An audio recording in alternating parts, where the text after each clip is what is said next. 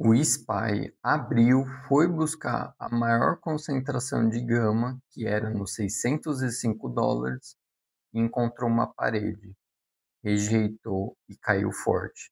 Quer entender como esses níveis funcionam e como eu usei esses níveis para lucrar 60% com opções na Broadcom?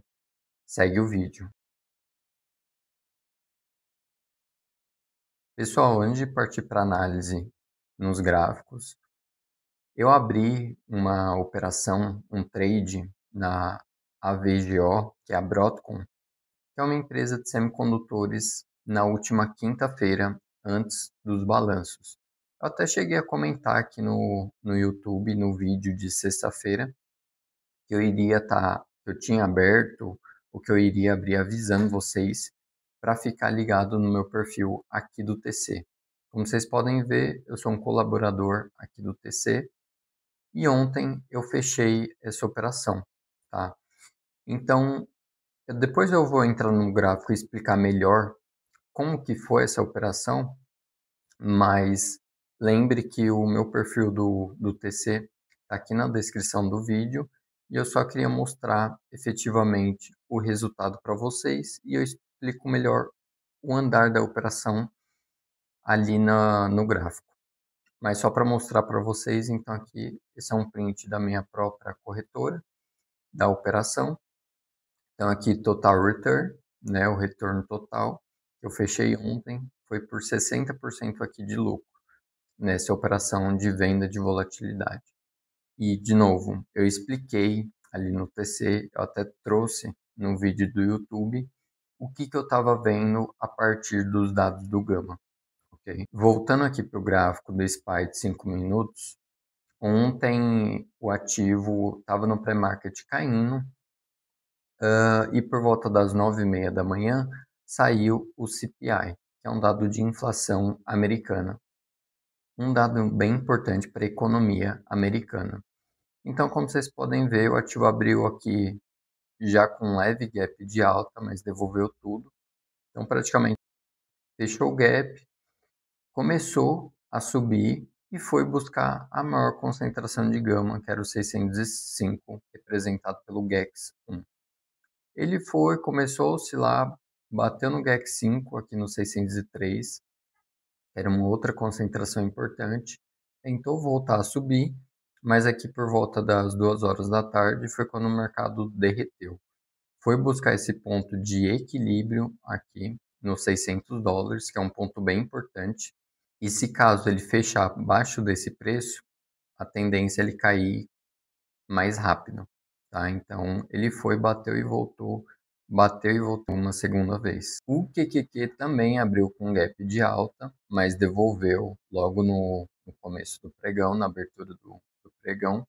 Começou a subir aqui no começo do dia, mas bateu numa parede aqui por volta dos $536 e o ativo rejeitou forte, bateu primeiro nessa concentração no Gama, respeitou uma segunda vez, na terceira vez não segurou, foi para essa outra concentração no Gama, aqui nos 533, voltou tudo e aí de novo às 2 horas da tarde aqui os mercados afundaram, o que derreteu aqui, foi para o put suporte aqui nos 530, um ponto bem importante aqui para o QQQ e acabou voltando e consolidando nessa faixa de preço. A Nvidia abriu e foi direto buscar essa concentração no Gama, nos $145, que é uma concentração grande aqui de Gama.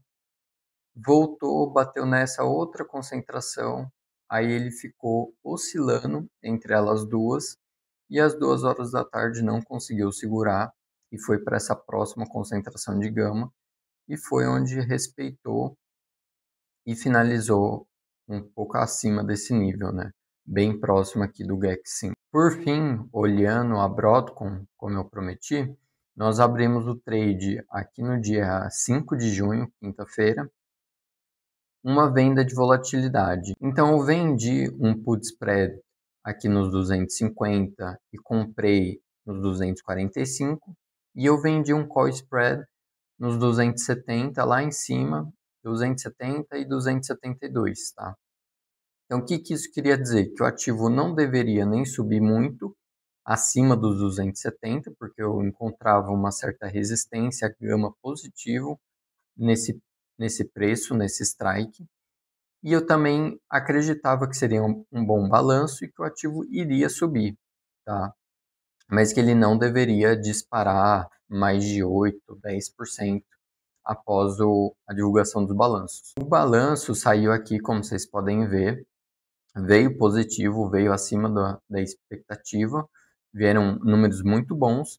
Mesmo assim, o ativo caía no dia seguinte, por conta do mercado, já mais de 2% praticamente chegou, né, naquele mesmo dia, no meu primeiro strike aqui do put spread.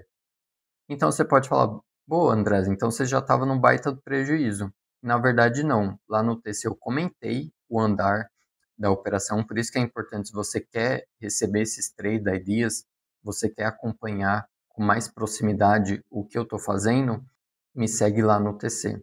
Então a gente já aqui, na verdade, estava no 0 a 0 e eu mandei um print lá para o pessoal, falando, ó, gente, por mais que o ativo tá indo contra, a gente está no 0 a 0, porque ele não passou do movimento esperado daquele dia. Então, por isso que a gente não estava perdendo. E a operação era para essa sexta-feira, então a gente tinha tempo ao nosso favor. O ativo continuou caindo na sexta-feira mesmo, como vocês podem ver. Na segunda-feira, ele caiu um pouco mais. E aí, na terça-feira, foi quando ele começou a dar uma reação. Né? Ele já estava aqui por volta dos 245, acima do meu último strike. E no dia de ontem foi quando o ativo realmente disparou, foi acima do meu segundo strike aqui do put spread. E como eu mostrei para vocês, eu já estava num lucro de 60%. Esse é o poder das opções, que é montada de forma inteligente. Então, mesmo o ativo caindo e no contra, a gente chegou a perder no máximo, acho que 20% da estrutura, tá? Um lote de 20%. Não foi 50%, não foi 70%, não foi 90%. Foi menos do que o meu stop, então não estopei. E não conseguimos só recuperar o prejuízo, mas sim sair no lucro. Como eu mostrei para vocês, conseguimos sair com 60% de lucro. Estou agora dentro do MentorQ, que é o meu provedor dos dados do Gama. Então, estou no gráfico aqui do SPY 0DTE do dia 11, às 10 horas da manhã. Aqui a gente consegue ver os strikes. E aqui a escala do GEX, as concentrações do GEX. Barra vermelha, concentração negativa de gama. Barra verde, concentração positiva de gama. Então a gente via aqui com clareza que para o SPY, o 605 era a maior concentração de gama e o ativo teria dificuldade de passar acima desse ponto, por causa do fluxo vendedor do market maker, que é a contraparte daquele posicionamento, ok? Então, chegando lá, o market maker começou a vender e no final do dia, às 2 horas da tarde, começou a realizar ainda mais forte. Para finalizar o vídeo de hoje, então, vamos dar uma olhada aqui nos dados e entender a partir dos dados o que o ativo pode fazer nos próximos dias. Estou aqui com o QQQ, com os dados do QQQ. Nós vemos que a condição do gama continua positiva, que é aquilo que eu explico praticamente todo o vídeo. Já faz mais de 2 semanas que estamos nesse condicionamento de gama positivo. Quer dizer que o quê? Que o market maker ele vai contra o movimento do ativo. Se o ativo subir, ele vai vender o ativo. Se o ativo cair, ele vai comprar o ativo, trazendo estabilização no preço, ok? Sazonalidade continua no neutro, momentum continua no neutro, volatilidade continua baixa e a pontuação das opções continua alta. Então, a confiança dos compradores está ainda presente.